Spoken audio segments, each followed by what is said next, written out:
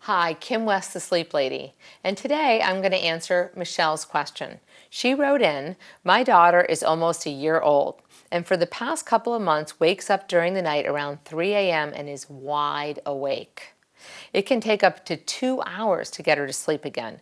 We've tried letting her cry it out with intervals to no avail. I've tried nursing and co-sleeping, and it doesn't work on those nights. She seems wide awake, but doesn't want to play, doesn't ask to nurse, doesn't really engage us, just is super awake. Doesn't seem like it's teething either, so we're just lost. She does go consistently down at 6:30, has a bath, a book routine, and sleeps until 5:30 a.m. And she doesn't have that if she doesn't have that 2 hour at the night, which by the way is still early rising in my book and too early to start the day, 5:30 a.m. And so we'll have to do some shifting there too.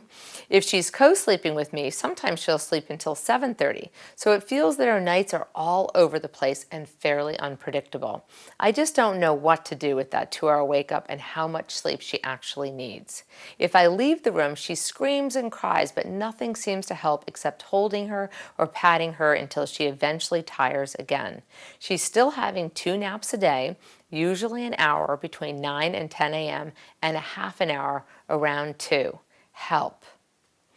Michelle, you gave me lots of great information, and once again it was one of the most powerful pieces of information was in the last sentence. And you told me she only gets half an hour nap at 2 o'clock. Okay, so just so you know, a 1-year-old needs 11 and a quarter hours at night, uninterrupted, usually if they're growing well and healthy, and 2.5 hours during the day. So if she has an hour in the morning and a half an hour in the afternoon, she's way under. If she goes right to sleep at 6:30 and sleeps till 5:30, that's 11 hours, not too bad. But more than likely, her early rising and the big window, this 3 a.m. Awakening thing is partly because she is nap deprived, believe it or not. So you got to really work on that afternoon nap and lengthening it, and then making sure that she goes into bed awake at bedtime. You didn't mention that. And I also would be really strict about 5:30 and not get her out of her crib until 6 or later. Okay, so if that means that you go in and you either stay and reassure her or you do checks until 6, you pick the method you can follow through with. But I don't want you to start the clock or the day until 6 a.m.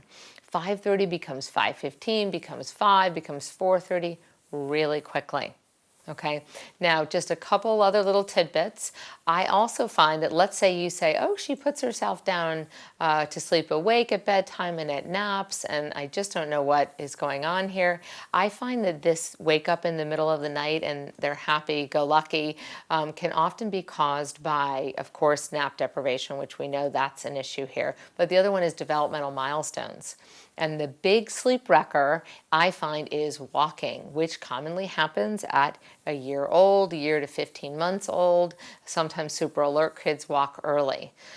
So if that's happening too, not that you should do anything differently, but just know that that can disrupt sleep. But if you stay the course, you still should get her sleeping through the night and taking good naps. I hope that was helpful.